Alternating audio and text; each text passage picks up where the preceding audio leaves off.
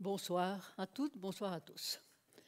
Je suis parmi vous ce soir parce qu'Etopia m'a demandé de vous présenter un livre. Ce livre, le voici. Un monde nouveau en devenir, des raisons d'espérer. Mais je voudrais d'abord vous dire qu'en réalité, ce n'est pas un livre que j'ai écrit, mais 2 livres. Avec sa couleur rouge, symbole du stop, du danger. Le premier a comme titre « Vers quel monde allons-nous ? Des raisons pardon, ça c'est un fâcheux lapsus. Des raisons d'être inquiet. Mais c'est tellement parce que j'ai envie de vous parler du second. C'est d'ailleurs ce qu'on m'a demandé. Un rouge qui contraste avec le beau vert du second. Un vert qui, lui, comme vous le savez tous, est symbole d'espoir. 2 livres, donc, que j'ai conçus comme étroitement complémentaires. Vous savez, ce n'est pas à votre intention que j'ai décidé de les écrire. Non, vous êtes les spécialistes de la question. C'est à l'intention de la génération de mes petits-enfants. Car si les jeunes d'aujourd'hui ont besoin de lucidité, premier bouquin, je pense qu'ils ont aussi terriblement besoin d'espoir, 2e bouquin. L'écriture des 2 livres a d'ailleurs été faite simultanément. Je les ai écrits en même temps. Parce que, en même temps que je m'efforçais de clarifier, d'objectiver, d'actualiser les raisons qui sont des inquiétudes collectives de notre temps et que nous partageons tous, je récoltais méthodiquement, avec cœur, toutes les informations susceptibles d'y apporter réponse. Et c'est ainsi qu'au fil des jours, j'ai accumulé une masse de faits récents, des faits concrets, pas des opinions, des faits, dont la somme s'est rapidement accrue, au point d'alimenter un second livre, un tome 2, qui est devenu plus épais que le premier, et m'a heureusement remonté le moral. Parce que j'en avais bien besoin. Car vous savez comme moi combien sont nombreuses les grandes tendances inquiétantes de l'évolution de notre monde. Le constat du premier livre touche en effet à des domaines très diversifiés. Pas seulement le dérèglement climatique, dont on ne parle que de lui pour le moment, il est le seul à la une de l'actualité, mais il y a bien d'autres choses. Et je ne vous cache pas qu'on ne sort pas indemne de la lecture du livre rouge. Cependant, permettez-moi d'insister sur le fait que la lecture du premier livre est importante pour la compréhension du second.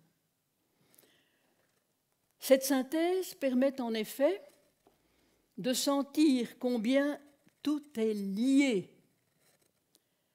avec, bien sûr, l'influence première du système néolibéral, économique et financier, et le poids déterminant des grandes sociétés transnationales. J'en ai choisi 4, c'est peut-être celle que j'aime le moins, mais enfin, il y en a beaucoup d'autres.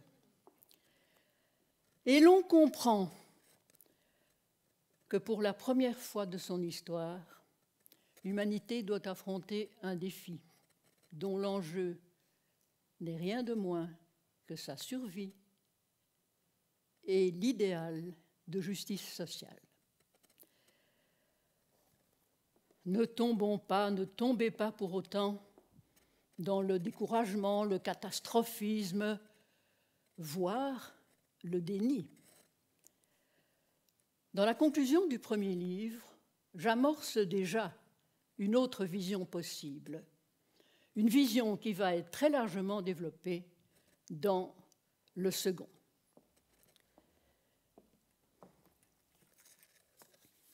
Voyons donc comment j'ai choisi de structurer. Ils ont mis la table à une drôle de place. Voilà, c'est mieux comme ça. Voyons donc comment j'ai choisi de structurer ma riche moisson de faits porteurs d'espoir. 3 premiers chapitres ont en commun une idée clé, une prise de conscience croissante des problèmes à résoudre. Il y a d'abord le nouveau regard sur la planète permis depuis l'espace, qui renforce l'idée d'une humanité solidaire dans un monde fini. 2, un dynamisme de contagion culturelle manifeste dans les habitudes de consommation, comme dans les médias. Et même, depuis peu, tout arrive dans le discours des politiques de tous bords. Tertio, la mobilisation pour le climat de la jeunesse, qui nous offre là un magnifique exemple de ténacité.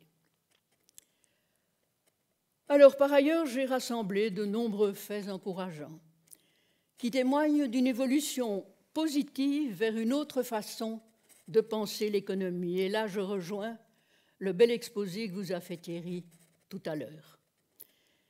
Et plus particulièrement vers une agriculture et un élevage plus durables. Alors bien sûr, le livre présente longuement les espoirs que beaucoup mettent dans le progrès technologique. Mais attention, tout en mettant en garde contre l'idée que la science, avec un grand S, c'est dans l'autre sens que je dois le dessiner pour vous, je crois, tout en mettant en garde contre l'idée que la science nous permettra de continuer, pépère, comme avant, sans remise en question fondamentale du système socio-économique en place. Et au passage, j'évoque par exemple l'exemple de l'Inde, qui m'a notamment frappé par sa volonté de privilégier des, des solutions techniques peu coûteuses. Alors un long chapitre valorise le renouveau démocratique en cours, avec ses multiples expériences de démocratie participative. Et j'ouvre modestement des sujets de débat. Par exemple, le monde irait-il mieux si davantage de femmes détenaient les rênes du pouvoir? Eh bien, j'en discute, parce que malgré mon féminisme affiché, c'est pas si évident que ça, vous verrez, il faut lire. Ou bien, que penser des séductions, on vous en a longuement parlé, mais aussi des risques de dérive de l'intelligence artificielle. Mais plus fondamentalement encore, j'ai voulu insister sur 4 raisons essentielles qui permettent d'espérer en notre avenir. Tout d'abord, 2 sources d'inspiration très fréquentes, le vivant, végétal et animal comme modèle, et aussi l'exemple méconnu des peuples autochtones. Ensuite, les très grandes, les étonnantes facultés d'adaptation de l'espèce humaine.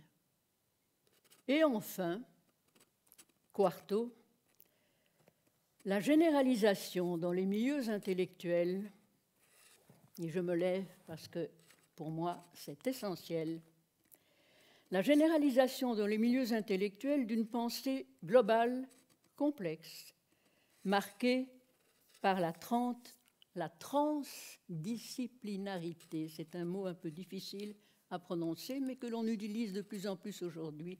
Vous en êtes peut-être conscient. Croyez bien que j'aurais aimé vous en dire davantage sur tout ça, mais le temps m'est drastiquement compté. Avec Etopia, on ne rigole pas. C'est cette pensée systémique qui a inspiré l'ensemble de ma réflexion. Et je pense que par rapport à de nombreux autres ouvrages spécialisés, vous savez, ces livres de chercheurs beaucoup plus savants que les miens, ce regard transdisciplinaire est vraiment la spécificité de mon écrit. Alors, à la lumière de cette vision, une conclusion s'impose. Non seulement une transition vers un autre monde est possible, mais elle est déjà en cours. Grâce à des synergies à multiplier, une solidarité à enrichir, vous savez, la solidarité au cube, chère à Écolo, ici, aujourd'hui, ici et ailleurs, aujourd'hui et demain. Et tel le colibri, j'avais demandé qu'il revienne, il est bien là.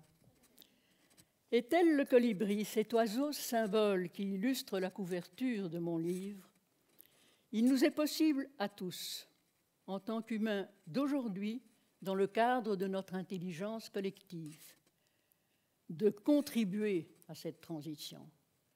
Partout où nous avons le pouvoir d'agir, comme lui, modestement, en faisant chacun notre part. Je termine, rassurez-vous, mais je voudrais vous dire que depuis que j'ai choisi de clôturer mon écrit, ça remonte il y a près d'un an déjà, chaque jour m'apporte de chouettes infos, des infos nouvelles dont je regrette tellement de ne pas avoir parlé et qui viennent renforcer mes raisons de croire en l'avenir. Et j'invite, parce que ce livre n'est donc pas achevé, j'invite chacun d'entre vous à l'enrichir de sa propre récolte de faits positifs réconfortants. Vous verrez comme ça fait du bien.